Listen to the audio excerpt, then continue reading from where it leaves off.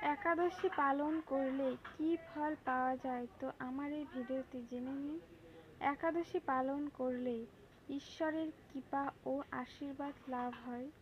একাদশীর দিন উপবাস থাকার ফলে শরীরে প্রয়োজনীয় বিশ্রাম পায়, হজমতন্ত্র স্বাভাবিক হয়, শরীরের ভেতরে শুদ্ধি কাজ সহজেই সম্পূর্ণ হয়, শরীর রেস্ট পায়। শুধু শরীর নয়, একাদশীর উপবাস মনেরও উপকার করে। এই দিন মন শান্ত থাকে, একাগ্রতা বাড়ে এবং ভক্তিত্বের গভীরতা আসে।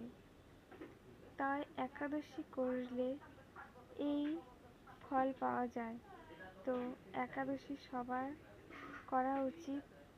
একাদশী স্বাস্থ্যের পক্ষেও ভালো, মাঝে মাঝে